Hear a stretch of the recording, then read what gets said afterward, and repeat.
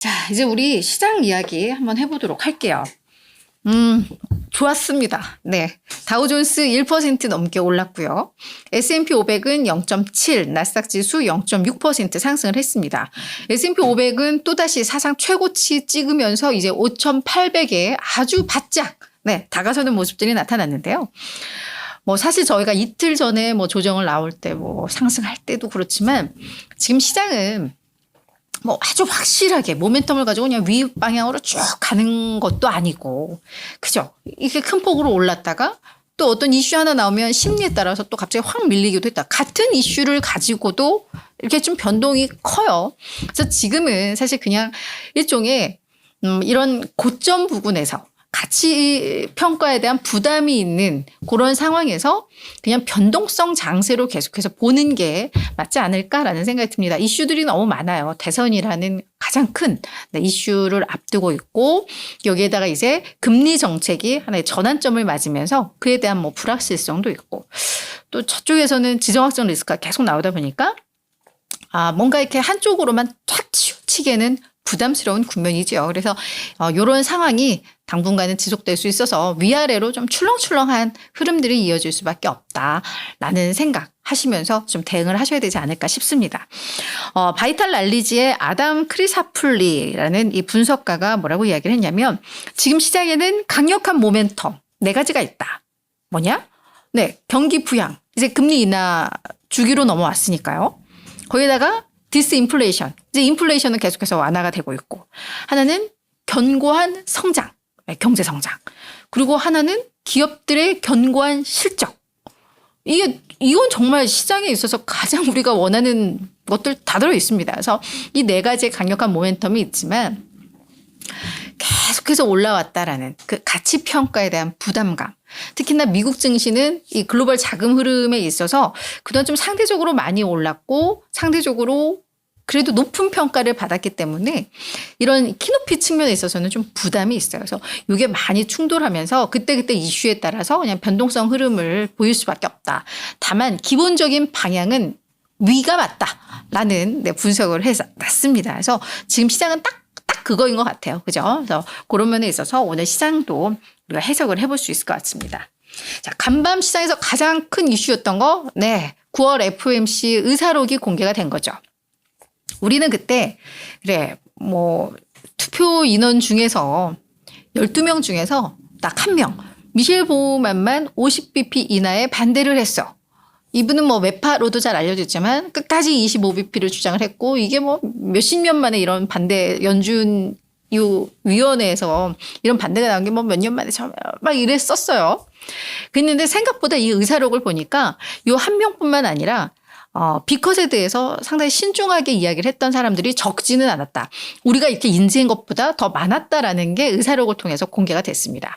물론 팽팽히 맞섰지만 약간 힘의 균형은 비컷 쪽이 더 많았던 것 같아요. 근데 서로 이렇게 논의하는 과정에서 25bp를 주장하다가 그럼 그냥 50bp 인하를 할까? 쪽으로 다시 기운 사람도 있고, 끝까지 비컷을 반대했지만 투표권이 없었던 사람일 수도 있고, 요런 분위기가 좀 읽혀졌어요. 그래서 그 내용을 봤더니 그 인플레이션이 계속 완화되고 있고 일자리 상황도 견고하기 때문에 지금 50bp 인하는 불필요하다. 오히려 25bp 인하가 점진적인 정책 정상화의 경로에 더 맞다라는 주장.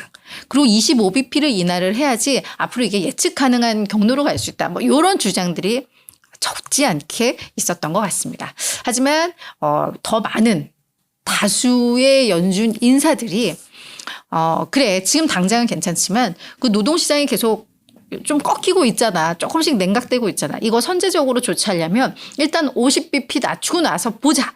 여기에 이제 힘이 실리면서 그때 우리 9월에 비컷이 나온 거죠.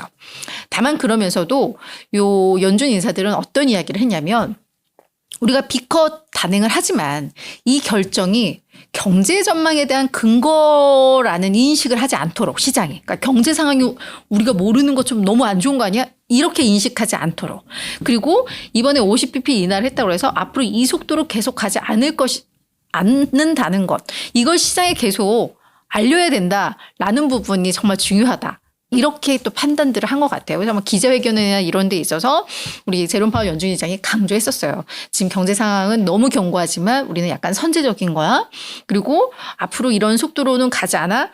저 의사록의 그 내용과 일치합니다. 그래서 사실 의사록은 뭐 예측을 벗어난 건 아니에요. 그죠? 그리고 우리가 다 예측했던 건데 그냥 다만 조금 달랐던 건 우리가 생각했던 것보다 인식했던 것보다 B컷을 반대하는 목소리가 많았구나. 이 얘기는 앞으로 추가적인 B컷 가능성은 더 낮구나라는 걸 또 저희가 추측할 수가 있죠. 그때도 그렇게 반대들이 많았으니까 뭐 이런 의사록이 공개가 되고 뭐 지금 고용 보고서 발표되고 이런 걸 보면서 시장에서도 이제 눈높이를 낮춥니다. 처음에는 뭐 B컷 한 번 더 낮추고 뭐 이래서 12월까지 총 한 75bp는 더 떨어질 거야. 이보다 더 할 수도 있어. 막 이랬는데 이제는 연준 그 점도표와 비슷하게 12월까지 2번 정도 한 총 50bp 정도만 추가 인하할 거야라는 게 약간 대세가 됐습니다. 그러면서 또 재밌는 건 11월에 금리를 동결할 수 있다라는 의견도 지금 20%를 넘어섰어요. 그래서 시장의 분위기가 그냥 연준이 약간 의도했던 것처럼 약간 흘러가는 그런 움직임들은 나오는 것 같습니다. 자, 그리고 9월 고용 보고서가 미리 공개가 됐었다면 분명히 B컷은 없었어.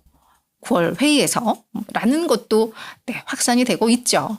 그렇기 때문에 이제 금리 정책이 우리가 당초 기대했던 것보다 매우 공격적으로 기대했던 것보단 분명 완화될 것이다 라는 게 시장에서 인식을 하기 시작했고 그럼에도 오늘 지수는 올랐어요. 그죠? 왜? 경제 상황이 그만큼 탄탄하다라는 거니까. 이게 펀더멘털에 집중해야 되는 게 맞다니까요. 그죠? 그래서 이렇게 보시면 될 것 같습니다.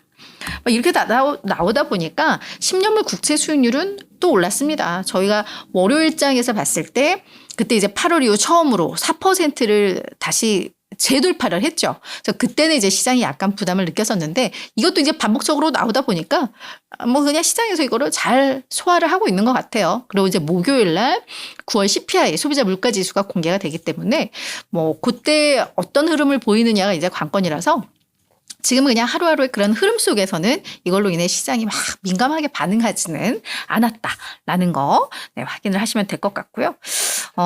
근데 지금 이제 중요한 거는 앞서서 우리 잠깐 오프닝에서 얘기했던 것처럼 이 밀튼입니다. 이 허리케인 밀튼이 헬렌에 이어서 한 2주 간격으로 오는 거다 보니까 이게 또 실질적으로 이후에 경제 성장에 어떠한 영향을 미칠 것인가.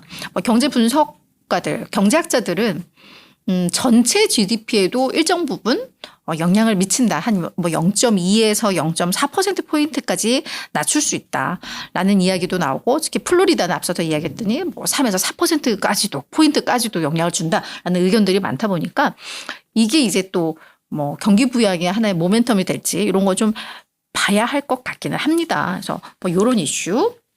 그리고 지정학적 리스크가 지금은 좀 잠잠하죠. 아직 이스라엘이 뭔가 한다 하면서 뭔가 이렇게 공격적으로 뭐가 나서질 않으니까. 근데 그것도 이제 잠재적으로 우리가 리스크 요인으로 가져가야 되다 보니까 결국 시장은 계속 이렇게 변동성 흐름이 나올 수밖에 없다. 우리 늘 그렇게 준비하면서 대응하면 어떤 흐름에도 크게 두렵거나 이러지는 않을 것 같습니다.